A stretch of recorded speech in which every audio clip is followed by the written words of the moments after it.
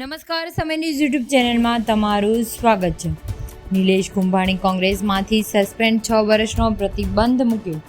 કોંગ્રેસ સુરત લોકસભાની સીટના ગદ્દાર ઉમેદવાર નિલેશ કુંભાણીને પાર્ટીમાંથી સસ્પેન્ડ કરાયા છે.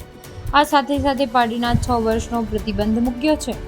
કુંભાણીનું નામાંકિત 21 એપ્રિલના રોજ કથિત થયું હતું. તેને રદ કરવામાં આવ્યું હતું અને સાથે આ સમિતિની શિસ્ત સમિતિની બેઠકના તથ્યો નોંધ લેતા કુંભાણીને પક્ષમાંથી 6 વર્ષ માટે સસ્પેન્ડ કરાયા છે. કોંગ્રેસે કહ્યું છે કે કુદરતી ન્યાયના સિદ્ધાંત મુજબ શિસ્ત સમિતિએ તમને હાજર થવા અને તમારો કેસ રજૂ કરવાનો સમય આપ્યો હતો. પાર્ટીએ કહ્યું કે નાણાકીય રીતે ગાયબ થઈ ગયા છે અને નાટક કરે છે અને તમે તમારા તરફથી કંઈ કહ્યું નથી. તેથી પાર્ટીએ તેમને 6 વર્ષ માટે સસ્પેન્ડનો નિર્ણય લીધો છે. અગાઉ કોંગ્રેસના ઘણા નેતાઓને નિલેશ કુંભાણી પર ભાજપ સાથે હાથ મિલાવવાનો અને ભાજપના ઉમેદવારને બિનહરીફ જીતવાની મદદ કરી હોવાનો આરોપ ગણાયો છે. તમને જો અમારો આ વિડીયો પસંદ